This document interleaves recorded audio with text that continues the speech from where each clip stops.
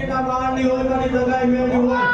તેથી કહેવાય છે કે દાદા હર્ષે તાવડો માંડ્યો ને સાડાની જગ્યાની માથે તેથી દગાઈ મેળવી કહે છે કે જેથી લાવડી પુત્રીએ તાવડાની માથે મોઢું નાખ્યું ને બા